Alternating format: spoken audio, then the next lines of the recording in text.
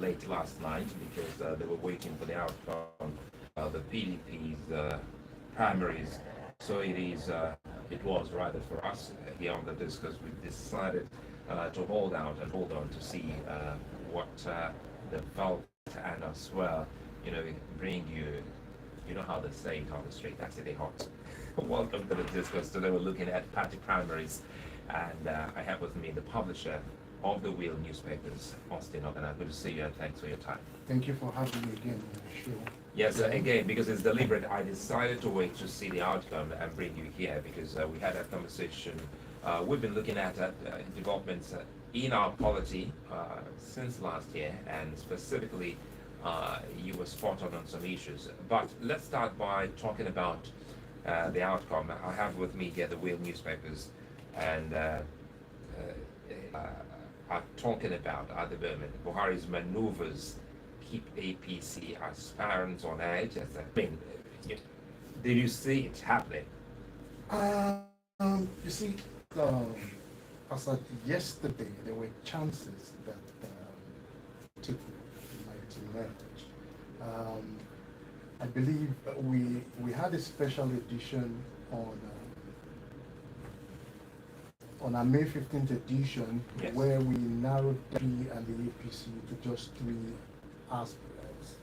And I think, if I'm not mistaken, they were Atiku Abubakar, Nyesom Wike, and Bukola Saraki. And it was exactly what we predicted 2 weeks ago on our cover that happened yesterday. So let me jump in here. Yeah. Sorry, while I'm trying to make sense of this. You and your editors that have been following, development in the APC in the states decided to narrow this down to, you said, 3 aspirants, and again in all of this, some of the key things people were also looking at has to do with the zoning, the issue of zoning, which we spoke about. So all 3, narrowing it down to all 3. First, you help us with those names and see if Laja Abubakar is one of those you had on that May 15 edition. Yes, absolutely. Thank you for giving the opportunity to reference this particular edition. It was the edition of the 15th of May, where we zeroed down 3 aspirants each for the APC and the PDP. And we said in the PDP it was a 3-man race between Atiku Abubakar, Nyesom Wike, and Bukola Saraki. And up till Saturday morning, Wike had the momentum.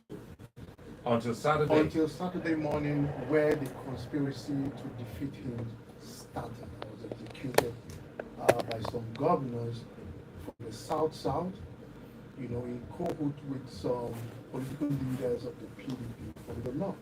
And that was when he took the decision on Saturday morning that Atiku Abubakar will be the candidate in the rollback. And that was when we started having problems.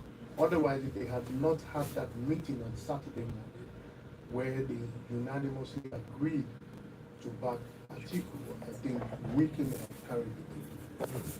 Because, quite frankly, a lot of people didn't see it happening, and the last we'll get to that because first, how does it work in politics? Are there friends? Because some of the key things people talk about has to do with some alliances, and if you realize or if you recall during the 2019 election, one of the closest allies of Nyesom Wike is the governor of Sokoto State, Tambuwal.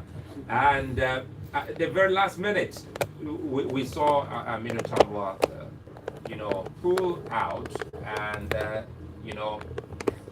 get his supporters towards the ticket of Atiku Abubakar. Yeah, you see, after the 2019 presidential election where Tambuwal lost to Atiku, Tambuwal and Wike, have not had very good relations after that time. We reported it severally, that these 2 people that were very close before had, I'm not sure what it was, but they were not as close as they used to be. So we were not really watching the race. We're not surprised when Tambuwal entered the race, Wike entered the race, and Tambuwal actually campaigned. Part of his campaign message was that zoning was dead. You have to win the presidential election first. The PDP has to win it first before we talk about zoning. So that was a signal. Yes, that was a signal. We already knew that these two men were not as close as they used to be before.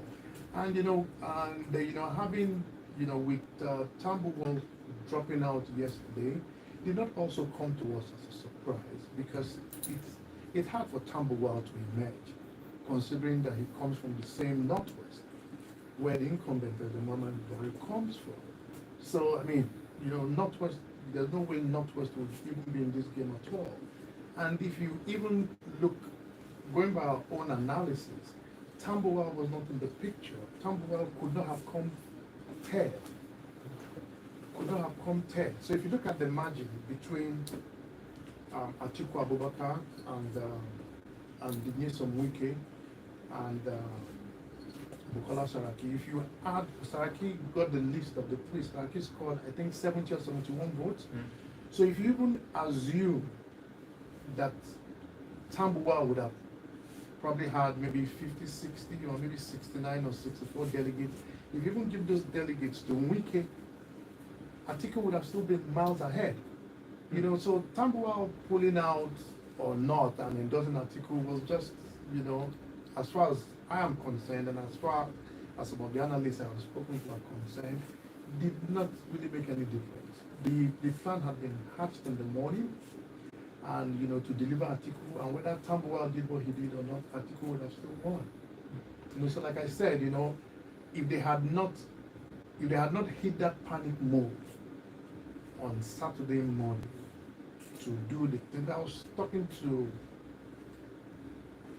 actors on both sides, so I could sense the danger, that one actually likened it to Trump emerging the Republican Party candidate, against the wish of the establishment. So there were fears that Wike would have pulled it up yesterday, So that was why he decided to do what he did to stop it. So where does this leave Nigerians, especially the huge, cry of a shift towards Nigeria's southern region? You see, it's really sad, and I'll say this, that we lack patriots today amongst our political class. We just have politicians that put their interest in themselves and their pockets first before Nigeria. I've said this before on a couple of shows, that in 2007, when President Olusegun Obasanjo was president and was looking for a successor, we all knew that the front runner for that election was the former governor of Rivers State, Peter Odili. But for the interest of Nigeria and Nigeria's unity and Nigeria's stability, Obasanjo put his foot down and said, no, I am from the south. Power must go to the north. And that's how come the dark horse then in Umaru Musa Yar'Adua, and that's how come Yar'Adua emerged. Yar'Adua was not even in the top 7, top 10. It wasn't in it. But what the PDP has done, or what the PDP did yesterday, I would say they put Nigeria's unity in jeopardy. This morning I read on our website, I read a story that Ohaneze released a statement rejecting Atiku Abubakar and the PDP and promised to work against the party in the southeast. I reference this because of what I said earlier, that the political class must always put Nigeria first at all times. And I hope, and I'm hoping, that President Muhammadu Buhari will show leadership when the APC, does its own primary. I say this because I know that President Muhammadu Buhari fought in the civil war for Nigeria's unity, and he understands that Nigeria has to be won first before anyone can govern. So I'm hoping that the APC will still go to the south, will cede their presidential ticket to the south, like we were still hearing, even if some elements within the party are pushing this narrative that the only way the APC can defeat the PDP or any other party for that matter is for it to pick a candidate from the north. But I dispute this. If you look at the dynamics for this election, right, Atiku Abubakar, who has emerged as the candidate of the PDP, is from the northeast, from Adamawa. You have Senator Rabiu Kwakwanso, who broke out from the PDP to set up a new political movement that is a rave in the north today, the NNPP, the New Nigerian People's Party, right? That's a rave in the north. So if you look at the map, Kwakwanso will take, the NNPP will take Kanu, the number one in Kanu, the number one in Katsina, and the number one in Kaduna. And I think they will do very well across some of the states in the north. So if this happens, the PDP is already in trouble. There's no way the PDP is going to win in Kano. I mean, the three Ks, Kano, Katsina, and Kaduna, are states with the bulk of voters in the north. And those votes will be shared between the New Nigerian People's Party, the APC, and the PDP. So there's no dominant vote for the PDP in the north. So, the thing here is, I'm trying to look at the permutation, because it was almost a done deal that a lot of people already thought it was coming to the south. And we still haven't actually come back to my last guest here on the Discourse, Peter Obi, who left the PDP. Is it possible that he saw this, early enough to have moved away from the PDP? And you see, Peter Obi is a very popular politician today, amongst elites, amongst those that aggressively want a change in the Nigerian narrative. His departure from the PDP actually shocked me, because I thought that the PDP was a sincere political organization.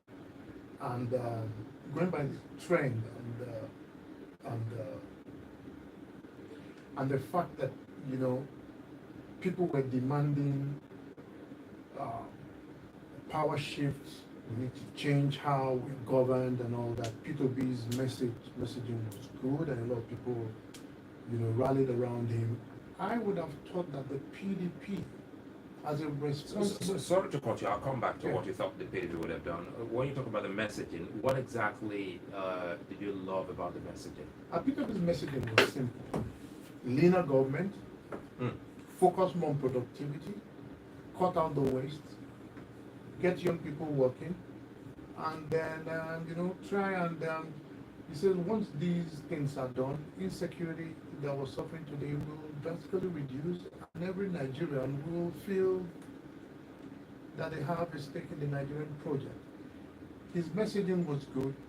I would have thought that the PDP, as a responsible political organization, would have rallied round Peter Obi and put Peter Obi on its ticket. If they had done that, I don't know if Peter Obi would have won in the north, because the northern peasants don't think like you and me. They're not on Twitter, they're not on Facebook.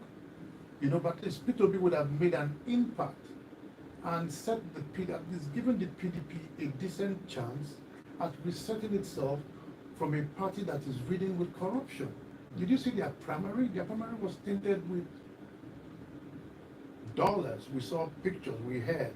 I spoke to analysts.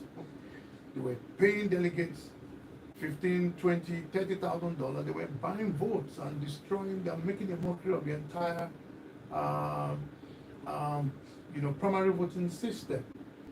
So I think we would have embraced the message of P2B and, probably run with him. But unfortunately, they frustrated him out of the party. And, P2B today is with the Labour Party. I don't know if you win a general election because the Labour Party itself has zero, doesn't even have a ward chairman anywhere in the country. They have no local government that they control anywhere in the country. And we know how elections work. When we say structure, these are the things we talk about. So it's going to be a tough one for Peter. But, I think what he's doing is good. He doesn't have to win this round. He doesn't have to win this round of elections. President Buhari ran 4 times before he won. So Peter B can use this as a test case, for his popularity. Whether he wins or not doesn't matter in 2023. Then he can work, if he doesn't win, then he can work towards 2027. So you were saying that you would have thought that the PDP, what were you going to say? That the PDP should have done something when the moment Peter Obi said he was going to back out, what would the PDP have done? But because it looks as if the PDP was a loner in the party. It looks as if almost everyone, and including those even from Nigeria's southern region, were also against him. Yeah, you see, P2B's politics is kind of different. Difference in the sense that, he probably has issues with managing other interests. Some people have likened it to the fact that he's very prudent and stingy with government funds.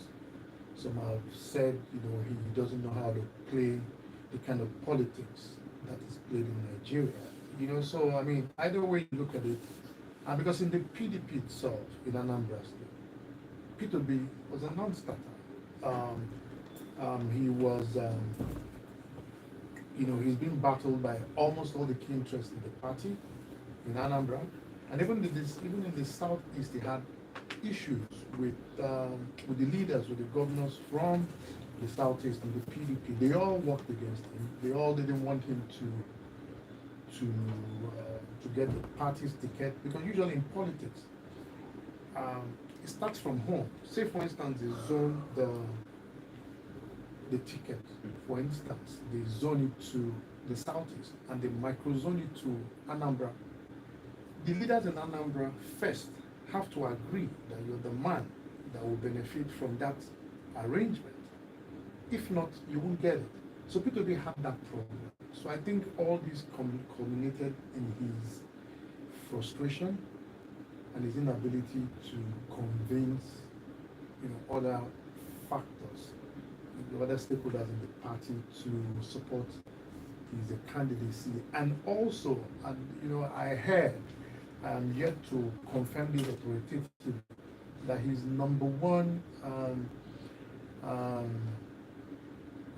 issue, or rather, that the main person that he didn't get his support was Nyesom Wike of Rivers State. We all know how feisty and how aggressive Wike can be. So I heard that Wike was one of those that vehemently refused that the party should not give the ticket to P2P. And all these, made the man leave.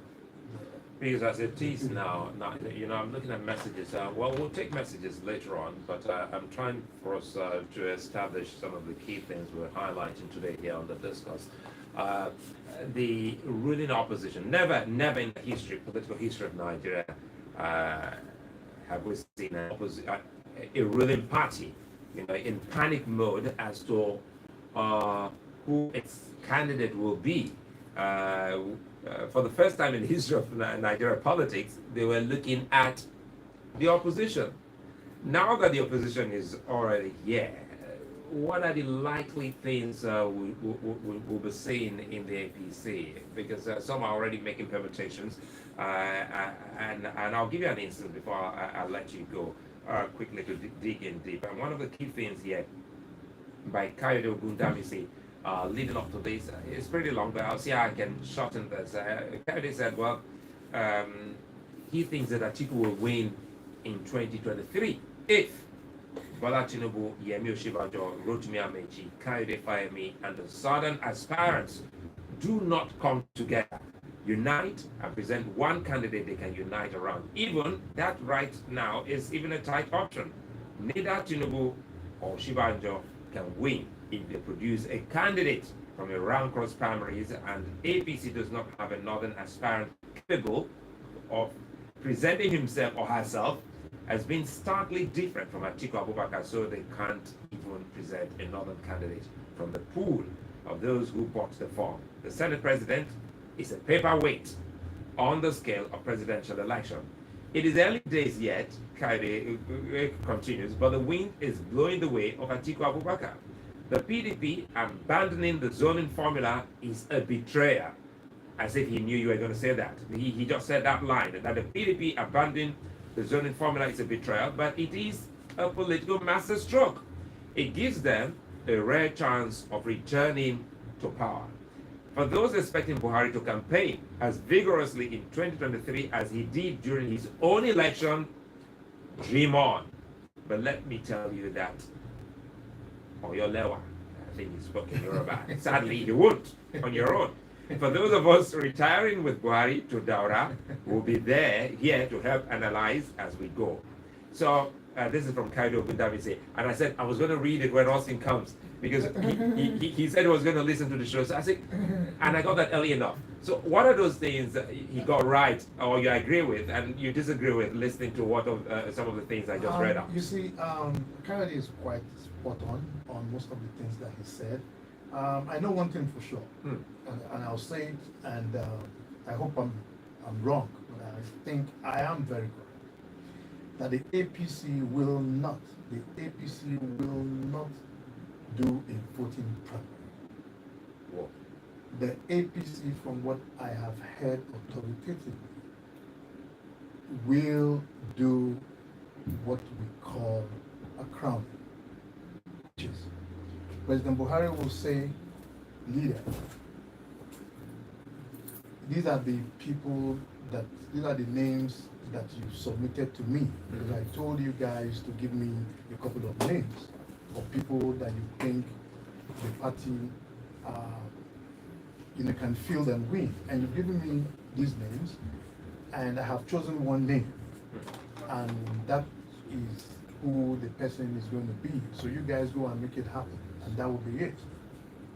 The APC is not going to do a primary like the PDP because they will not be able to manage the chaos. So they're going to have a managed primary. Managed primary, where one person will be on the ballot, and that will be it.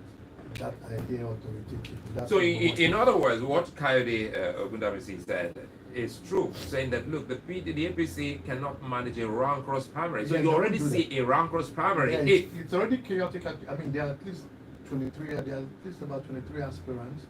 So they're going to have that kind of arrangement where the president will say, "This is my guy," and everybody falls in line, and that's it. And then they go and they crown that person, and that ends it. And then secondly, on the issue, I am so confident from the reports I have received from the interest in the PDP that they are going to the South to get their candidate. And I also heard authoritatively, before I went to bed this morning, that, what I can say?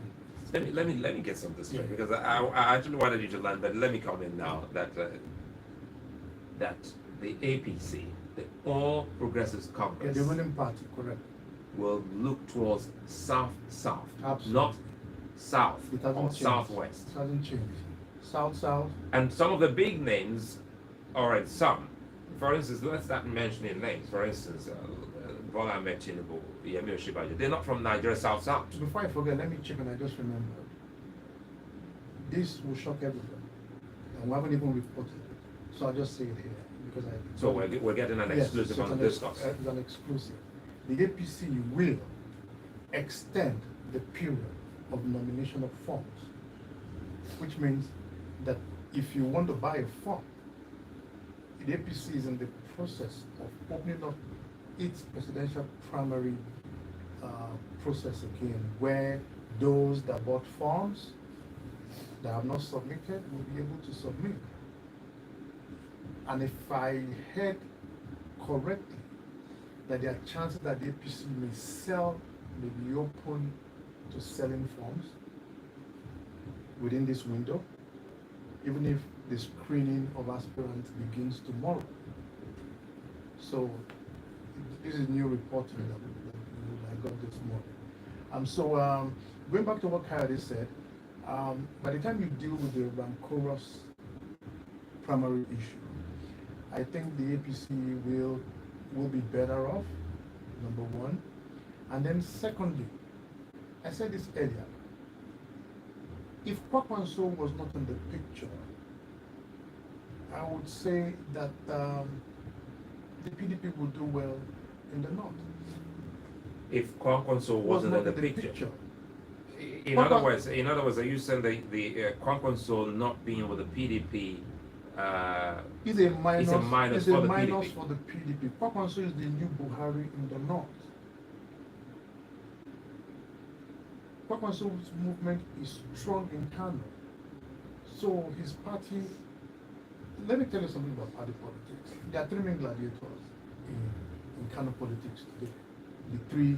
The current governor and the two former governors, Shekara and Kwakwanso. Once two of them can agree on during the political cycle, they defeat the man standing alone. In the last elections, Shekara worked with Ganduje to defeat Kwakwanso in the last election. In the next election, Shekara has teamed up with Kwakwanso, and they're going to beat the APC. After I speak to you, they have the momentum. So the APC is going to lose in Kano. So it's not about the NNPP. It's about that alliance. Yes. That look, we're not. This is our people. Yes. This is our block vote. Yes. We won't relinquish it to you. Yeah. So the Kwakwanso movement is, well, let me use the word, like we use lingo on the street, is wounding the PDP and wounding the APC. I think that's a better word Yes. to understand. The Yes. politics, the non-Nigerians who don't understand. Yes. So Kwakwanso's party will take votes from the PDP. Atiku will probably do well in the core places that he does well. Look, if you look at Atiku's politics, Atiku is not a newcomer. Atiku has been running since 2007. And his numbers have not really fared well if you look at the numbers. In fact, in the last 3 elections in the PDP, I think in the last one, he pulled the least number of votes, 11 million votes if I'm not mistaken. So, Atiku is easily predictable in the north. He'll win Adamawa and maybe Taraba. And then he'll struggle in the whole of Northwest. Where are you going to win in the Northwest? That is where you have the votes. Is he going to win in Kano? No. Is he going to win in Kaduna? No. Is he going to win in Katsina? Hell no. Is he going to win in Bauchi?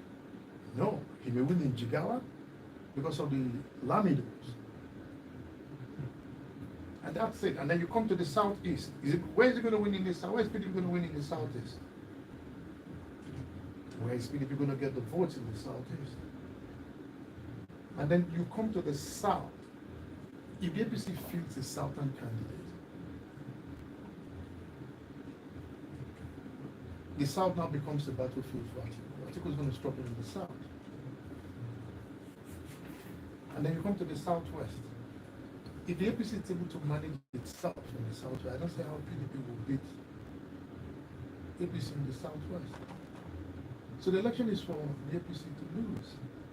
It's amazing because some of the analysis, Sorry, let me cut in before I land. Go ahead. As we stand today, the APC has 23 states where it has governors, and the PDP has 13.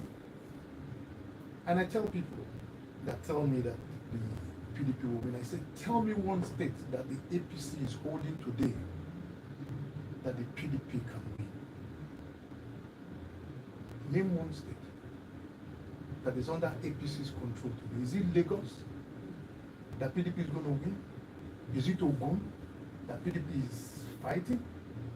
The APC will probably win back Oyo with Teslim Folani. Is it Ondo that the PDP will win? Now let's dig in deep into the APC and look at some of the key things, key concerns, and it has to do with. First, let me take some of these messages quickly here. This one is saying, I don't know if you want to help me. Okay, so for a minute, the mouse refused to act. Anyway, and this one here says, I believe Austin about Southern president. If we want peace in Nigeria, and we're sincerely looking for one Nigeria, I realize that politicians want power by all means, anyhow, so we'll do anything to get to power. PDP will always look to the north because of the bulk of votes.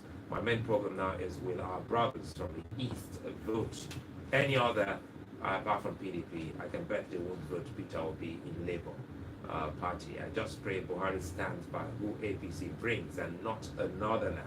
If not, Atiku has a war chest to spend. This is from Bugisi. And this other one here says, well, hello Simon, and longest time. Yes, longest time. Yes, I did. We haven't heard from you. Yes, whoever that, whosoever that didn't see or saw Atiku coming must be a baby politician and a baby political analyst. Mind you, Alhaji Atiku was robbed of his mandate in 2019. That's not true. Okay, so but this time around, that will not be possible. I salute the tenacity and ruggedness of Wike. History will not forget him. But the champ won. The only thing that can defeat Atiku in 2023 is the rigging. No one in APC can face Alhaji Atiku. Peter Obi should go and learn how to play the game of politics. And this other one here says, hello Classic FM. Labour Party might have structures now, but with Peter Obi, they will win come 2023 and have that structure people talk about. This is from Stanley Nokota. And this here says, Sulaiman, I don't believe in zoning. Let the best candidate win. That will work for all. This is from Achi. Let's take this last one there so that we can let Austin come in. Wale Lushaking is saying, I completely agree. We need to have rotational presidency in Nigeria. However, the politics is gradually diffusing off regionalism. In the meantime, I think Austin's conclusion of PDP in all those states listed are just playing in his mind and head. All right. Okay. So now let's look at the APC. You have, someone said baby politician. The people you have in the APC, I'm trying to qualify it. These are no baby politicians. We're talking about Bola Tinubu. We're talking about Rotimi Amechi. So if you are so sure, thinking the APC will look towards the south, not just south, you know, what those in southwest, when they blame them, they just go Nigeria south so they can fall in Nigeria southwest. But you specific, you said Nigeria south. So what would be the feeling of the huge camp and following of Bola Tinubu? You see, that's for the APC to manage. We are analysts. We look at things and call it the way we see it. The APC has to find. I think my producer wants you to talk into your mic. Okay. Thanks. And we are analysts. We ask questions, we probe, and we get facts and put it out there.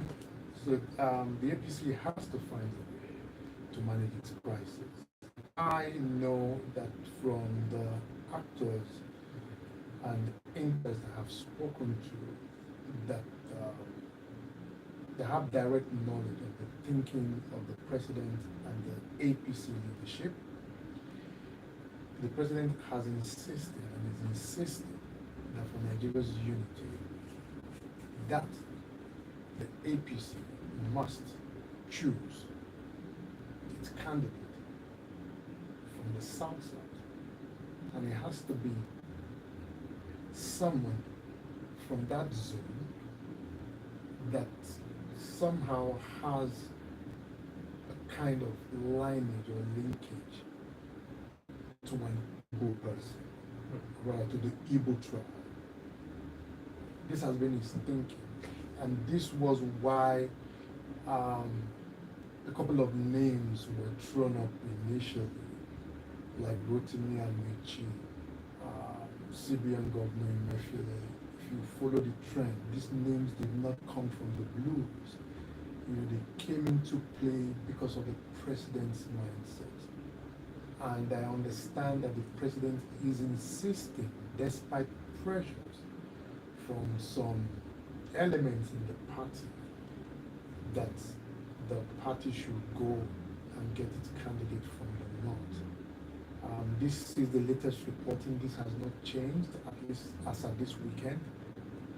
We don't know if it will change, but I doubt it. So I think that's what the APC is going to do. And it's amazing. Sorry to cut you. It's amazing that this information isn't what some people are getting. You know, the president is painted as someone who's not even looking towards Nigeria's southern region, and you saying specifically that the vibe is that the president wants his party to look towards Nigeria's south region. yeah, you see, I mean, this information is not exclusive to me. I'm sure that all the aspirants know this, but they're just waiting to hear formally from him. You know, this report is not exclusive to me. I mean, if you talk to those that understand, those that, you know, are privy to these kinds of information, they will tell you that that is the man's mindset. And that's how come names like President Goodluck Jonathan was thrown into the race in the first place. So these things don't just happen by chance. Austin, how important, because you're not the only one that said this.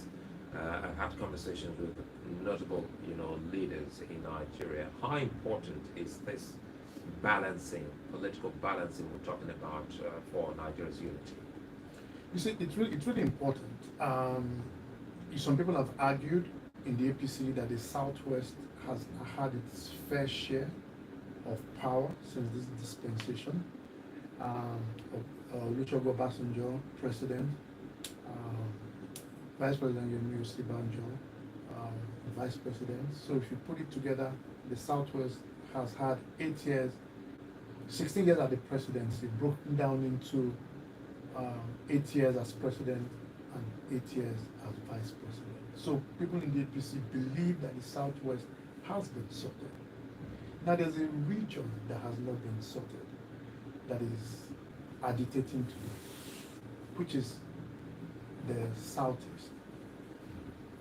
But these stakeholders, the president's advisors, are not comfortable with handing power over to someone from the South, because they believe, from what we hear, that the president may not be able to manage the Biafra problem properly from the inside. So that's why they will rather have a minority that will look at the Biafra issue and deal with it properly. And like I said, that's why those names have come. It is an issue that must be dealt with. It is an issue that must be dealt with. So that's why I still say that like a lot of people are disappointed in the PDP for not taking advantage, considering that the PDP has it in its own constitution. It has rotation of power and zoning in its own constitution. But those that argued against it said that it can only come to play when the party has, or rather when the party is in power. So going by the argument, it means that the PDP will never respect its zoning arrangement and will continue to field a northern candidate until it wins the election. That is because they believe that that is the only way they can win the presidency. You know, I fought this argument. We've gone past. They've elected former Vice President Atiku Abubakar. We've moved beyond that. But I'm hoping that the APC will show leadership on this issue. Because the truth is, the APC as the ruling party should not be looking at what the PDP that is not in power is doing. The PDP should be looking at, the PDP should be learning from the leader. The PDP should be looking at the APC for guidance, not the APC looking at the PDP for guidance. And I've also said this, that we've had elections in this country where a southern candidate has defeated a northern candidate. And I'll start from 1992 elections where MKO Abiola from Ogun State defeated Tofa from Kano, even beat him in Kano. President Obasanjo in 2003 from Ogun State beat President Muhammadu Buhari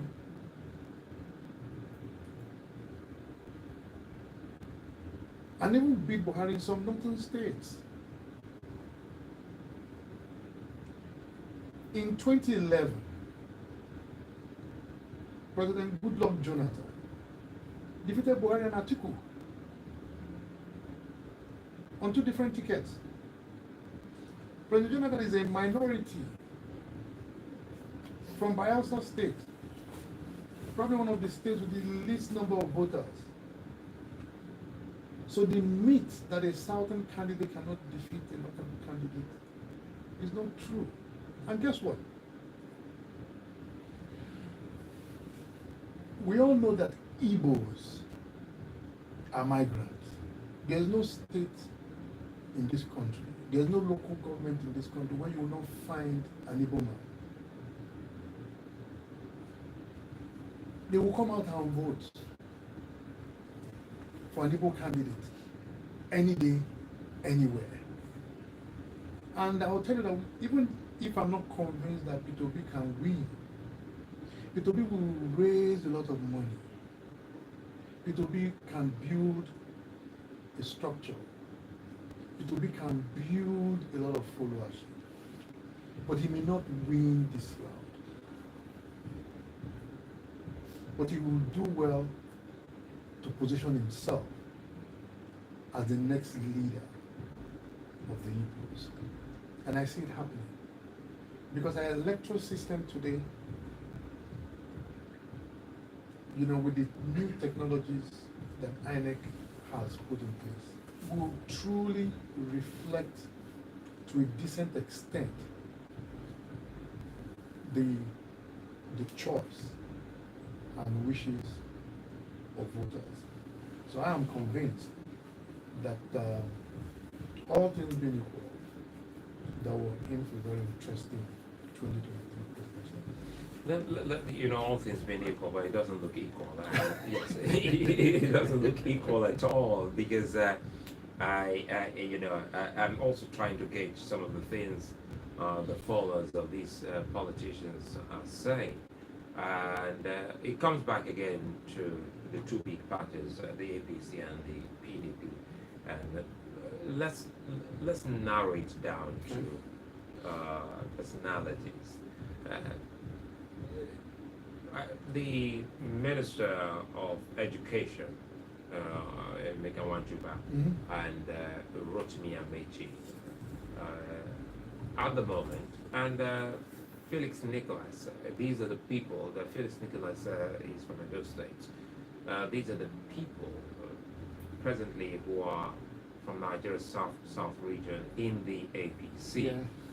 So how is it working if the APC is going to toe the line you expressed earlier, the same with kind of obviously that they must avoid a rank cross primaries. What do you think, without actually endorsing anyone?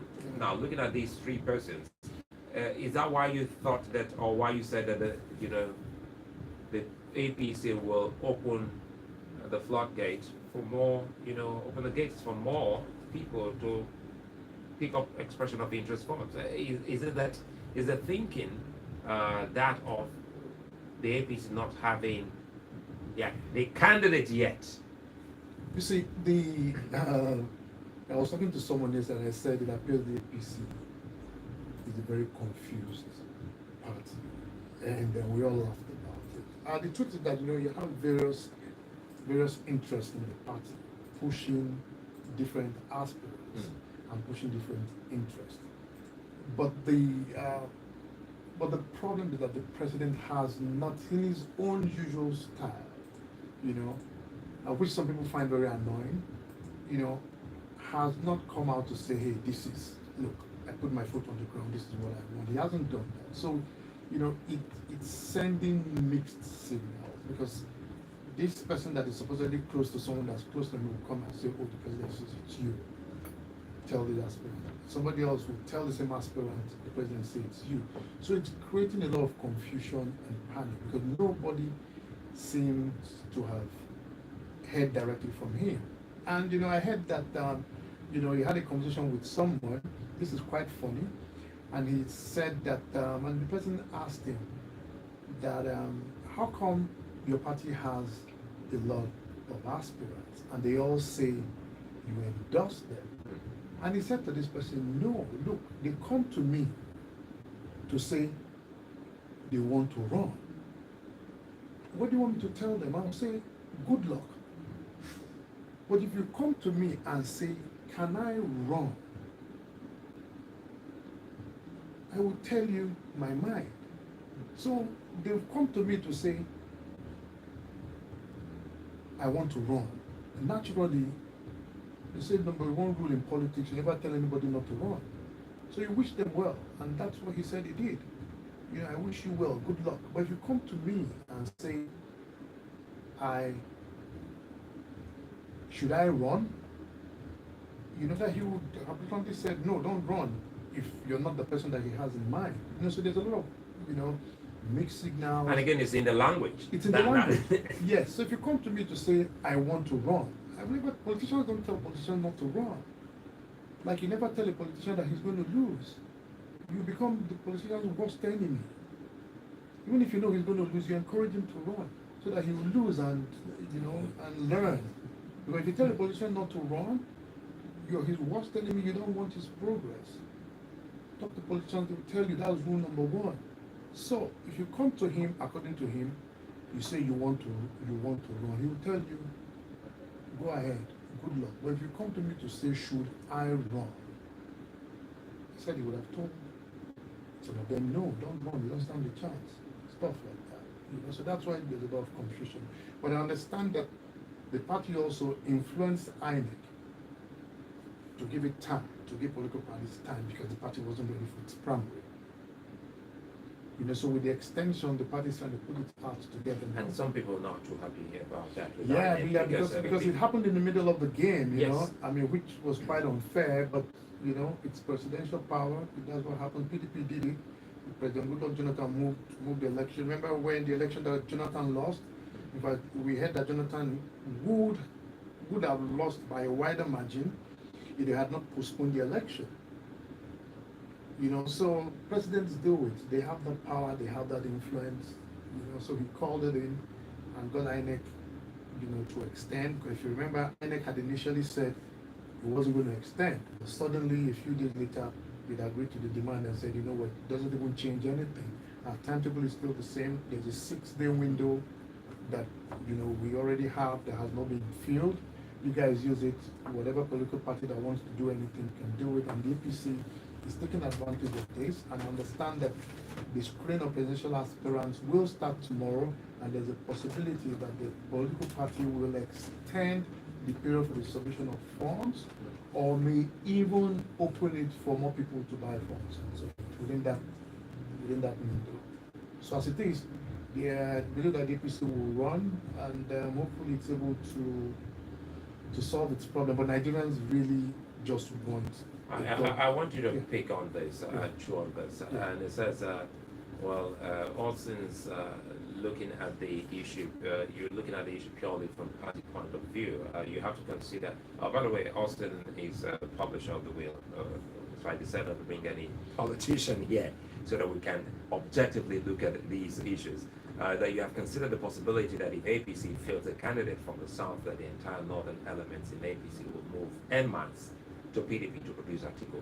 Now he's saying this. The analysis that OBJ and GEJ defeated their opponents, even in the opponent's region, was possible because of the zoning arrangements. Otherwise, there's no way a northern candidate will not win based on demography. It comes back to your analysis of zoning and sticking to it. So, but again, one political party, that's the PDP, has already reneged on that, you know. You see, in this round of this round of election is kind of different. Different in the sense that you have that third force that we've been talking about in the Kwapanso political party. So if you remember, why did Jonathan lose in 2015? Jonathan lost. The number one factor that contributed to Jonathan's defeat was the fact that he went against the zoning arrangement of the ruling party, which cost him the election. Remember, 5 influential and powerful PDP governors left the PDP for the APC. Sokoto State, can't remember his name now, in the Senate. Sokoto left, Kwara left, Rivers left.